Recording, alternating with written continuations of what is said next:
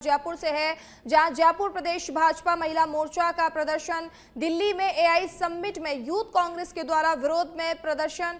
महिला मोर्चा प्रदेश अध्यक्ष राखी राठौर की अगुवाई में प्रदर्शन किया जा रहा है।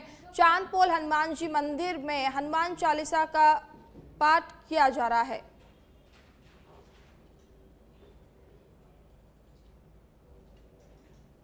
देश को, हमारे राष्ट्र को कांग्रेस के नासमझ नेता राहुल गांधी द्वारा बदनाम किया जा रहा है।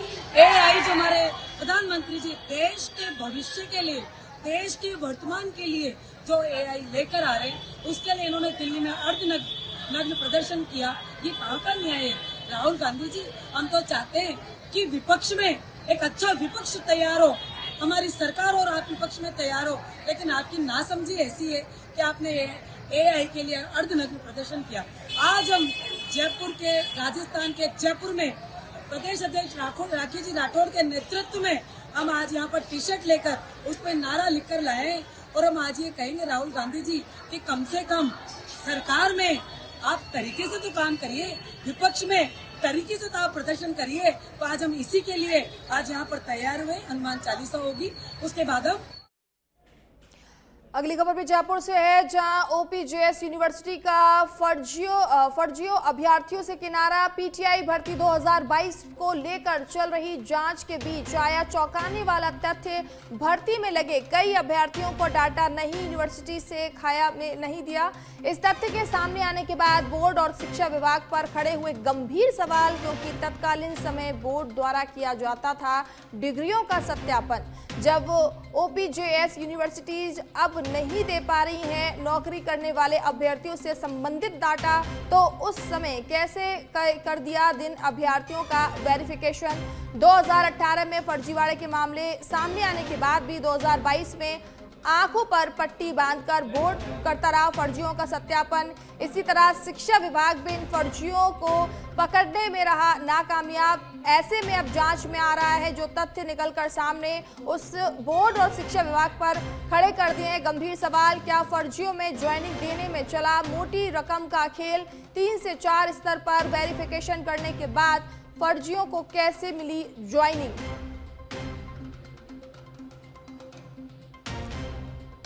तो ऐसे में अब जांच में आ रहे हैं जो तथ्य सामने, उससे बोर्ड और शिक्षा विभाग पर गंभीर सवाल खड़े कर दिए हैं। क्या फर्जियों में ज्वाइनिंग देने में चला मोटी रकम का खेल? अब तमाम बड़े सवाल खड़े हो रहे हैं। 3 से 4 स्तर पर वेरिफिकेशन करने के बाद फर्जियों को कैसे मिली ज्वाइनिंग? अगली खबर भी जयपुर से है, जहां कांग्रेस विधायक दल की बैठक। नेता प्रतिपक्ष टीकाराम जूली की अध्यक्षता में हो रही है बैठक। पूर्व CM Ashok Gehlot, PCC chief Govind Singh Dotasra समेत तमाम विधायक मौजूद। विधानसभा की नापक्ष लॉबी में हो रही है बैठक। 5 साल बनाम 2 साल के कामकाज पर हुए हंगामे पर हो रही है चर्चा। साथ ही चल रही बजट सत्र में आगे की रणनीति पर हो रही है चर्चा। तो कांग्रेस विधायक दल की बैठक चल रही है और इस बैठक में कांग्रेस के तमाम नेता मौजूद हैं। तो तस्वीरें आप देख रहे हैं, इस बैठक में अशोक गहलोत भी पहुंचे हैं और कांग्रेस विधायक दल की ये बैठक चल रही है। तमाम मुद्दों पर इस पे चर्चा की जा रही है। बजट की रणनीति पर भी चर्चा की जा रही है। कांग्रेस विधायक दल की बैठक चल रही है, इसमें तमाम बड़े नेता मौजूद हैं। पूर्व मुख्यमंत्री अशोक गहलोत भी इस बैठक में शामिल हैं और रणनीति बना रहे हैं। तो कांग्रेस विधायक दल की ये बैठक चल रही है, जो तस्वीरें आप स्क्रीन पर देख रहे हैं, और इस बैठक में अशोक गहलोत भी मौजूद हैं। तमाम कांग्रेस के बड़े नेता इस बैठक में मौजूद हैं और तमाम मुद्दों पर इस दौरान चर्चा की जा रही है, आगे की रणनीति बनाई जा रही है। तो इस बैठक में तमाम मुद्दों पर चर्चा चल रही है। और इस खबर पर ज्यादा जानकारी के लिए हमारे संवाददाता सुनील जुड़ चुके हैं। सुनील, कांग्रेस विधायक दल की बैठक चल रही है, कितनी महत्वपूर्ण है ये बैठक? मानसी देखिए, कांग्रेस विधायक दल की बैठक है वो खत्म हो गई है और जो विधायक हैं कांग्रेस के वो विधानसभा की जो कार्रवाई है उसमें हिस्सा लेने पहुंच गए हैं। और आज खास बात ये रही कि पूर्व मुख्यमंत्री अशोक गहलोत भी पहुंचे थे। तो यकीनन ये जो आज की बैठक है वो महत्वपूर्ण है, क्योंकि इस पर जो आगामी रणनीति होगी इस बजट सत्र में किस तरह से जो कांग्रेस है खासतौर पर वो सत्ता पक्ष को घेरेगी, उस पर रणनीति बनी है। क्योंकि विधानसभा शुरू होने से पहले भी रणनीति गई थी, लेकिन संभवतः इस बैठक को बुलाने का मकसद यही होगा कि रणनीति में कुछ बदलाव किया गया है। कुछ अंदर से मिली जानकारी के अनुसार ये खबर सामने आ रही है कि कांग्रेस अब जो जितने भी दिन विधानसभा चलेगी, बजट सत्र चलेगा, उसमें अपनी अग्रेशन जो रणनीति है वो रखेगी। अग्रेसिव रणनीति पर जो है चर्चा हुई है, और अग्रेसिव तब होना है जब जो जनहित के मुद्दे आए, जैसे बिजली, पानी और जो ऊर्जा के जो मुद्दे हैं, शिक्षा का मुद्दा है, स्वास्थ्य का मुद्दा है, ये तमाम जनहित से जुड़े हुए मुद्दे हैं। इन मुद्दों पर सदन के अंदर कांग्रेस के तमाम सदस्य यानी सारे जो विधायक हैं वो अपना रुख जो है वो अग्रेसिव रखें और मुखर होकर सवाल जवाब करें।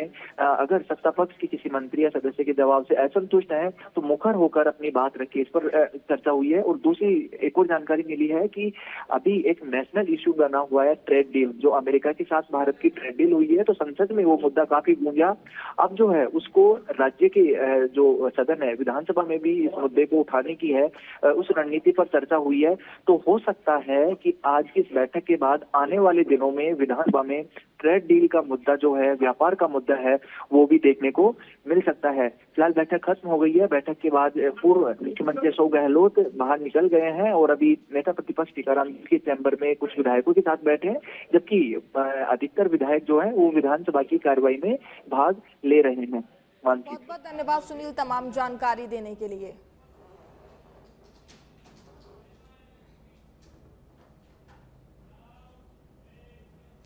जयपुर से खबर है, जहां आज रात 12 बजे से थमेंगे निजी बसों के पहिए। राजस्थान में निजी बस ऑपरेटरों ने किया हड़ताल का ऐलान। प्रदेश में 35,000 बसें नहीं चलेंगी। 15 लाख यात्रियों पर इसका प्रभाव पड़ेगा। आरटीओ की कार्रवाई के विरोध में बस मालिकों ने लिया है ये कड़ा फैसला। अजमेर में होने वाली पीएम की रैली के लिए भी बसें उपलब्ध नहीं कराई जाएंगी। निजी बसों के साथ साथ टैक्सियां भी हड़ताल में रहेंगी शामिल। दूसरे राज्यों से आने वाली बसें बॉर्डर पर रुकेंगी। महाराष्ट्र, गुजरात, दिल्ली और हरियाणा के ऑपरेटरों ने दिया समर्थन। आरटीओ की सख्ती, भारी भरकम चालान और आरसी सस्पेंड करने का ऑपरेटर लगातार विरोध कर रहे हैं। बसों की छत पर सामान रखने और कैरियर हटाने की कार्रवाई का विरोध किया जा रहा है। Rajasthan contract carriage bus operator association ने ये अहम बैठक बुलाई है। लंबी दूरी और ग्रामीण रूट की परिवहन सेवा पूरी तरह से इस दौरान बाधित रहेंगी। तो बड़ी खबर आपको बता रहे हैं कि जयपुर में जितनी भी प्राइवेट बसेस हैं वो हड़ताल पर रहेंगी। इससे यात्रियों को भारी नुकसान देखने को मिल सकता है। यात्रियों को आने जाने में काफ़ी परेशानी हो सकती है। तो बसों की छत पर सामान रखने और कैरेट उठाने की कार्रवाई का विरोध जो है बस संचालक कर रहे हैं। Rajasthan contract carriage bus operator association ने ये अहम बैठक बुलाई है और लंबी दूरी और ग्रामीण रूट की परिवहन सेवा पूरी तरह से इस दौरान ठप होगी। तो जयपुर से आपको खबर बता रहे हैं, जहां निजी बसों ने जो है हड़ताल करने का ऐलान किया है। आज रात 12 बजे से थमेंगे निजी बसों के पहिए, जिससे लोगों को परेशानी होगी। राजस्थान में निजी बस ऑपरेटरों ने किया है हड़ताल का ऐलान। प्रदेश में 35,000 बसें अब नहीं चलेंगी। 15 लाख यात्रियों पर इसका असर देखने को मिलेगा।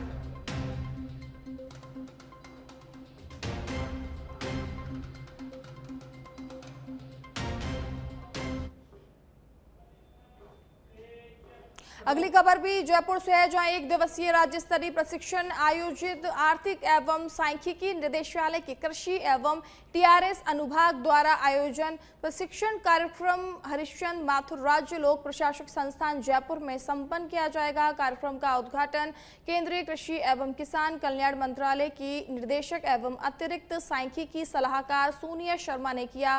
निदेशक एवं संयुक्त शासन सचिव विनेश सिंघवी कार्यक्रम में इस दौरान उपस्थित रहे। डिजिटल सामान्य फसल अनुमान सर्वेक्षण के प्रभावी क्रियान्वयन पर इस दौरान प्रशिक्षण दिया गया। DGCES से पारंपरिक सर्वेक्षण प्रणाली को आधुनिक तकनीक से किया गया है। सुदृढ़ फसल कटाई प्रयोग के आंकड़ों की गुणवत्ता और उपज अनुमान की सटीकता में वृद्धि, मोबाइल ऐप के माध्यम से रियल टाइम में सीआई डाटा संकलन की सुविधा, इसी के साथ वेब पोर्टल के जरिए पारदर्शी, प्रामाणिक और त्वरित उपज अनुमान तैयार करना इससे संभव होगा। राज्य स्तरीय प्रशिक्षण से 85 जिला स्तरीय अधिकारी एवं कर्मचारी इसमें शामिल हुए।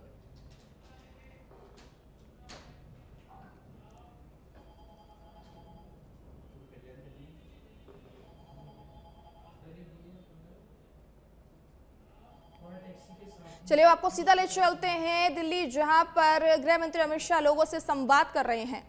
सेंटर में बात करते हैं। एक सेकंड मुझे बताओ, उन कंपनियों का शेयर है आपके पास? नहीं है सर। तो कैसे पार्टनर हो गए? वो सर उनकी बात लोग पार्टनर बताते हैं। वो पार्टनर नहीं है, सर छलावा सही कर है, रहे हैं। सही आपकी सर। तो सर भारत टैक्सी हमको वो बोल रही है सारथी आप मालिक हो, तो सर हमको मालिक का हक कैसे मिलेगा? मैं बताता हूं। भारत टैक्सी में अभी हम सब छोटा छोटा काम करते हैं, सारथी है। हमारे पास इतनी पूंजी तो है नहीं कि इतना बड़ा कंपनी खड़ा कर ले। हमने अभी भारत की 5 बड़ी कोऑपरेटिवों को मिलाकर ये खड़ा कर दिया। अब जैसे आपकी संख्या बढ़ती जाएगी, जो सारथी इसमें पार्टनर बनना चाहता होगा, कंपलसरी नहीं है, आप बनो ना बनो आप पर निर्भर है। 500 रुपए का अगर आप शेयर लोगे तो आप इसके मालिक हो जाओगे। आप मेरी बात समझ गए? फिर जब भारत टैक्सी का बोर्ड ऑफ डायरेक्टर का चुनाव होगा, तब इसमें कुछ सीटें सारथियों के लिए भी चिन्हित रखी, जैसे अभी भाई साहब बोर्ड ऑफ डायरेक्टर में आ गए, तो वो आपके सारे हितों की चिंता करेगा। अगर भारत टैक्सी सारथियों के पक्ष में कोई नीति नहीं करती है, तो ये तो आपका प्रतिनिधि ना चिल्लाएगा कि ऐसा नहीं चलेगा, भाई हमारी कंपनी है, आप ऐसा कैसे कर रहे हो। मुझे बताओ भाई, उन कंपनियों के बोर्ड में आपका कोई प्रतिनिधि है? नहीं सर, नहीं सर। यहाँ पर है, यहाँ पर है। तो आप मालिक हुए या नहीं हुए? Yes sir, yes sir.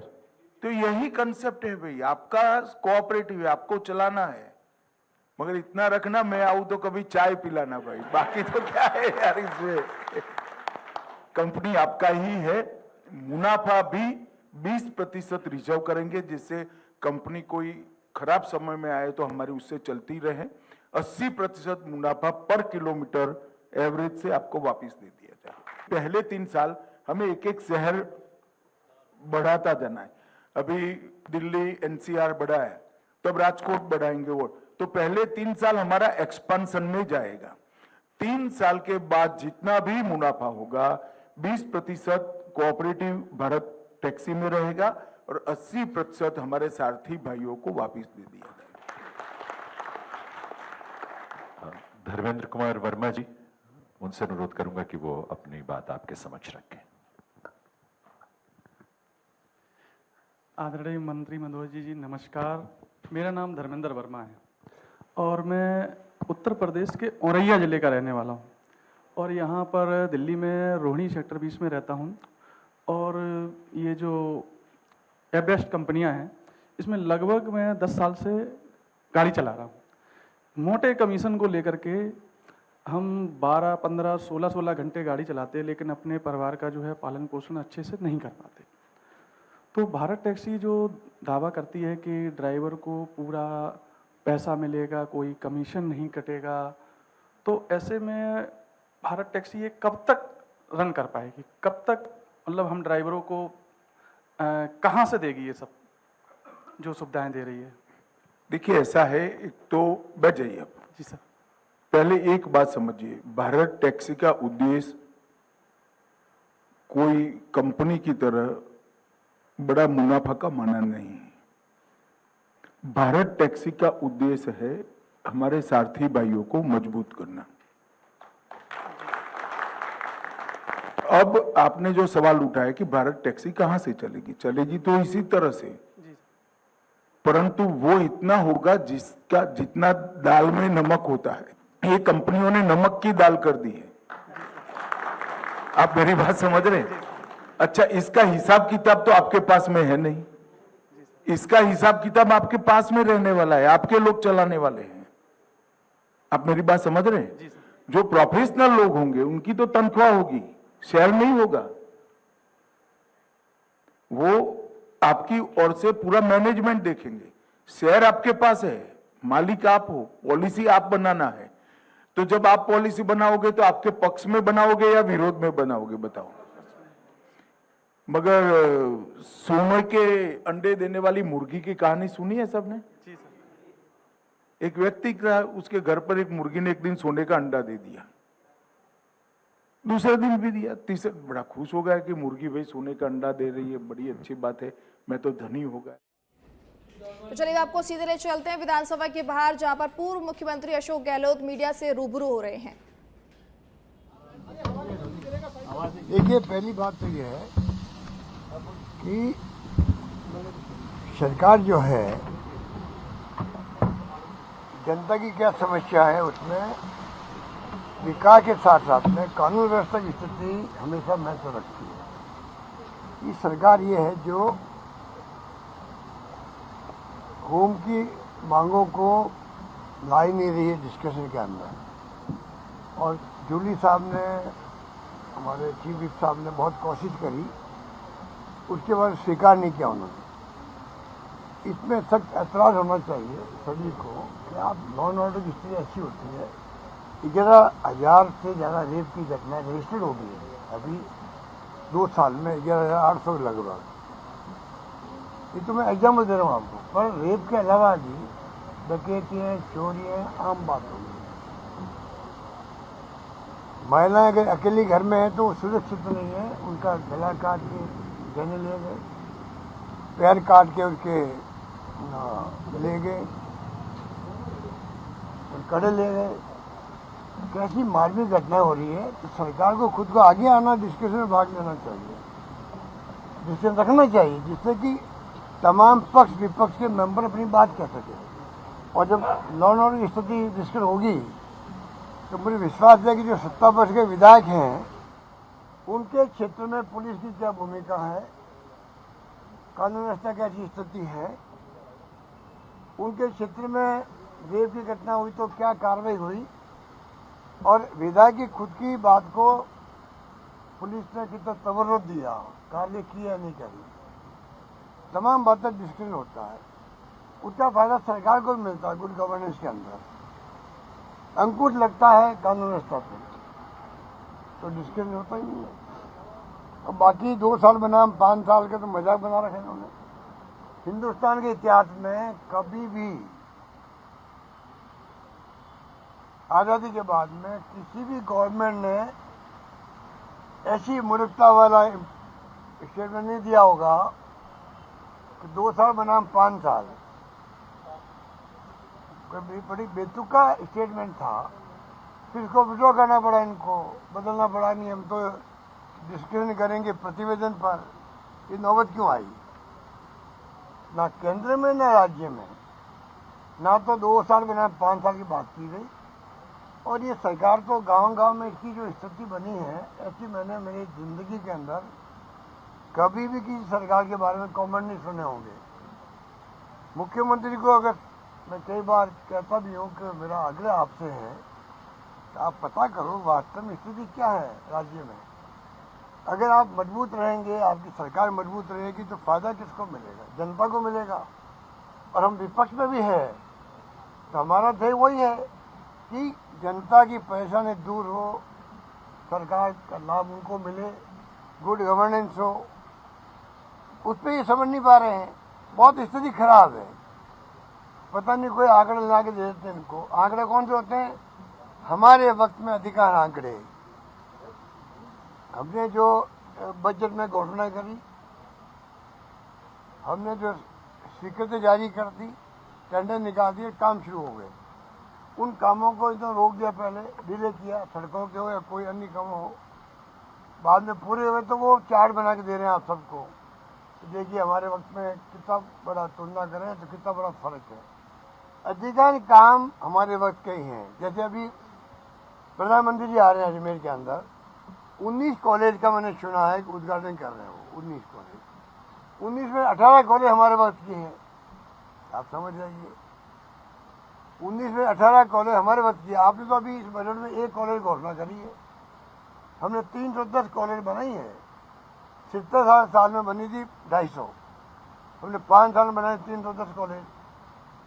130 girls college हमने खोल दी। ये क्या मुकाबला करेंगे हमारे कामों का?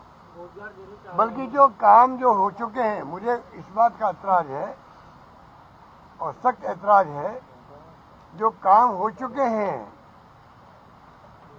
आपके कोचिंग हब बना हमारा, ट्रैफिक जाम मंजूर है इनको, लोग शादियों में नहीं जा पा रहे हैं जयपुर के अंदर, पर कोचिंग हब में शिफ्ट नहीं करेंगे। मिली भगत कर ली इन्होंने कोचिंग मालिकों से, वो जाना चाहते नहीं वहाँ पर। इतना शानदार हब बनाया हमने, मैंने खुद देखा वो जा करके। शानदार माहौल में बच्चे वहाँ पे कोचिंग लेते हैं, वो ऐसे ही पड़ा हुआ है। ये कितने उदाहरण हैं इनको आपको। जोधपुर में हमने इंस्टीट्यूट बनाई स्पोर्ट्स की, बन चुकी है, ना कोच लगाएंगे ना कोई गतिविधि शुरू करेंगे वहाँ पे, वो ऐसे ही कागजम पड़ी हुई है, बनी पड़ी है। सुबह पब्लिक लाइब्रेरी बहुत बड़ी है वहाँ पर, वो पड़ी है। तो ये जयपुर में कई काम ऐसे हैं जो हमारी Mahatma Gandhi institute of governance and social science, इतना शानदार प्रोजेक्ट हमारा था, वो टाटा इंस्टीट्यूट की तरह था, जो पूना में बॉम्बे उनका है, उसके पैटर्न में हमने बनाया। इसको चालू कर दिया हमने वहाँ, पहले जब गांधी म्यूजियम के पास चलता था, चालू भी कर दिया, डायरेक्ट लगा दिया हमने। अब बिल्डिंग बन गई है वहाँ, बोर्ड लगा दिया, बड़ी कृपा करी है कि महात्मा गांधी का नाम हटाया नहीं है, कम से कम वो तो लिखा हुआ है। तो बड़ा इनको समझ में नहीं आती है कि फायदा किसी को मिलेगा, यहाँ के छात्रों को मिलेगा, नौजवानों को मिलेगा। तो ये तमाम मैंने लिस्ट बनाई है, बहुत लंबी चौड़ी लिस्ट है। काम अधूरे पड़े हैं या पूरे हो गए तो चालू नहीं कर पा रहे हैं, इतनी लंबी लिस्ट है इनकी। सर, एक बड़ा मुद्दा राजस्थान के टोंक से, जहाँ के पूर्व सांसद सुखबीर सिंह जौनपुरिया ने बेहद धार्मिक तौर पर भेदभाव करने वाला बयान दिया है। उन्होंने जिन औरतों को कंबल दिया हुआ था उनसे वापस मांग लिया, मुस्लिम औरतों को जो कंबल दिया हुआ था उनसे वापस मांग लिया। कहाँ पर? टोंक में। और ये कह करके मांगा है सर कि सुखबीर सिंह जौनपुरिया भाजपा के जो पूर्व बांटे उन्होंने हूँ पहले बांट दिए थे सर। हाँ। फिर कहा कि नाम पूछा उनसे, जब उन्होंने नाम बताया अपना तो कहा कि कंबल वापस कर दो। पीएम मोदी को गाली देते हो आप, और ये कहा कि जो पीएम मोदी को गाली देते हैं, मोदी को जो गाली देते हैं उनको तो कंबल नहीं देंगे। अब आप बता लीजिए खुद ही, आप खुद देख लीजिए, ऐसी जो खबरें आती है तो लगता है कि देश की दिशा में जा रहा है। हमें चिंता लगी हुई देश की, हम सबको होना चाहिए चिंतित। देश में डेमोक्रेसी कमजोर हो रही है, खत्म हो रही है। लगता है देखो इलेक्शन कमीशन का जो व्यवहार है, जुडिशियल दबाव में है, दबाव में ब्यूरोक्रेसी भी है। तो मुझे लगता है कई बार कि रशिया और चाइना में चुनाव वहाँ भी होते हैं, 50 साल 60 साल से सरकारें एक पार्टी की रहती है। इलेक्शन कमीशन वहाँ भी होते हैं, चुनाव आयोग होते हैं वहाँ पे। वो स्थितियाँ बन रही है, चाहे SIR की बात करें हम लोग, बिना इन्वॉल्वमेंट विपक्ष को आपने कर दी। करना ही था, सबको पूछ लेता, अच्छा रहता। ये कमी नहीं आती, सुप्रीम कोर्ट में केस चल रहा है 1 साल से, वो नहीं स्थिति बनती। विपक्ष को दुश्मन समझते हैं। पहले मोदी जी ने कहा था कांग्रेस मुक्त भारत बनाएंगे, अब वो आ गए हैं कि विपक्ष मुक्त भारत बनाएंगे, विपक्ष का मुक्त भारत बनाएंगे। तो बिना विपक्ष के पक्ष क्या बताइए? पक्ष तभी उसका महत्व है तो विपक्ष हो, आपकी आलोचना करे। हम प्रतिद्वंदी हो सकते हैं, दुश्मन नहीं है आपके, उनको मानना चाहिए बात को, सत्ता पक्ष को मानना चाहिए। ये कोई हमारे दुश्मन नहीं है, विपक्षी पार्टी है, उनका सम्मान होना चाहिए। पर आज़ादी के बाद में कांग्रेस के राज में भी, चाहे बीजेपी हो या विपक्ष हो, CPM भी बड़ी थी पार्टी उस पैमाने के अंदर। 12-12 दिन तक हाउस नहीं चला, मैं खुद हाउस में अंदर था, 12-12 दिन नहीं चला। कभी किसी को हमने निष्कासित नहीं किया MP को। और हमेशा जब कभी हाउस अर्जन होता था तो हमारा पार्लियामेंट अफेयर मिनिस्टर जाता था विपक्ष के पास में, उनकी बात करता, भाई आप क्या बात हुई, क्यों नाराज हो, मनाते उनको, पटाते मनाते कुछ भी करते। तो भाई वापस टेबल पे आओ। लोकसभा अध्यक्ष के कमरे में बैठ करके डिस्कशन होता आपस के अंदर और वापस हाउस प्रारंभ होता। अब कोई जाता है कि मिस्टर रिजिजू जी जो है वो तो नेता प्रतिनिधि कहता है ये तो राष्ट्र के लिए खतरा है, जो ये भाषा काम ले रहे हो। इसलिए हौसला बढ़ा कि लड़के का कि मैं गोली मार दूंगा राहुल गांधी को। हौसला क्यों बढ़ा? गांधी जी की हत्या हुई थी, उससे पहले माहौल ऐसे बनाया गया आज़ादी के वक्त में, देश के टुकड़े हो रहे हैं, पाकिस्तान हिंदुस्तान बन रहा है और महात्मा गांधी की हिंसा हो गई उनके ऊपर, शहीद हो गए वो। हिम्मत क्यों हुई उस वक्त में? ये माहौल बन गया था। और राहुल गांधी को आप किस प्रकार से बिहेव करा रहे हो? देश के दुश्मन हैं, देश के लिए खतरा है। नेता प्रतिपक्ष, अरे उनके खानदान ने जो सेक्रीफाइस किया है पंडित नेहरू का। चलिए रुक करते हैं खबरों का। बीकानेर से खबर है जहां 8वीं कक्षा बालिका हत्याकांड मामला, हत्याकांड का आज तीसरा दिन है। हत्याकांड मामले में अभी तक नहीं हुआ शव का पोस्टमार्टम। बज्जू अस्पताल के आगे धरना जारी। जिला कलेक्टर व पुलिस अधीक्षक पहुंचे बज्जू। कांग्रेसी नेताओं सहित ग्रामीण व परिजन बैठे धरने पर बालिका के हत्यारों को गिरफ्तार करने की मांग कर रहे हैं। तो 8वीं कक्षा बालिका हत्याकांड अलवर थाना गाजी क्षेत्र में जयपुर मार्ग पर देव होटल के सामने रविवार को एक दर्दनाक सड़क हादसा हुआ, जिसमें तेज रफ्तार पिकअप चालक ने 2 मोटरसाइकिल सवार युवकों को टक्कर मार दी। टक्कर इतनी भयंकर थी कि दोनों युवकों की मौत हो गई। हादसे की सूचना पर थाना गाजी पुलिस मौके पर पहुंची और शवों को पोस्टमार्टम के लिए अस्पताल भेज दिया, लेकिन परिजन शव उठाने से इनकार कर रहे हैं। परिजनों का आरोप है कि पुलिस वाहन चालक को जानबूझकर बचा रही है। पिकअप वाहन का नंबर और चालक का नाम ग्रामीणों ने पुलिस को सौंप दिया है, लेकिन अब तक ना तो आरोपी को गिरफ्तार किया गया है। अपने ससुराल से गाड़ी लेके घर आ रहा था और देव होटल के सामने एक पिकअप आई, जिसके क्या नाम से लाव के पास की पिकअप है।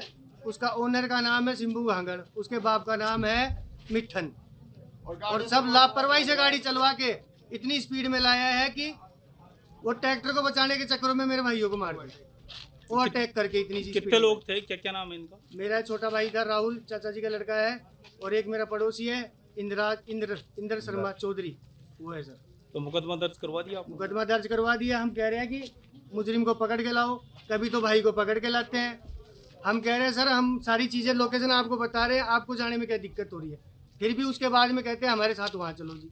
फिर इसका मतलब है प्रशासन मुजरिम को पकड़ने के लिए नाकामयाब हो रहा है। मतलब पेश जो चले गए उनके साथ में उनके किसी अज्ञात वाहन ने दुर्घटना कारित की थी और उसकी बॉडी को रात को ही हमने शिफ्ट करा दिया था। और रात से ही हम लगातार CCTV फुटेज देख रहे हैं उसके दुर्घटना करने वाले वाहन के, और लगातार सुबह से प्रयासरत है। और इसकी बॉडीज़ के संबंध में सुबह 8:45 बजे परिजनों ने FIR दिए और FIR दर्ज करने के तत्पश्चात हमने उनका पंचायतनामा पोस्टमार्टम की कार्रवाई करवा दी है और उसकी सरगर्मी से वाहन की तलाश की जा रही है। जल्दी शीघ्रता से इसको हम दस्तयाब कर लेंगे। सर परिजनों का आरोप है कि पुलिस जानबूझकर के कार्रवाई नहीं कर रही है, या उसका आरोपी का नाम बता दिया। कोई भी काम देरी न करना नहीं चाहता, कोई भी देरी नहीं करना चाहता, गलत नहीं करना चाहता।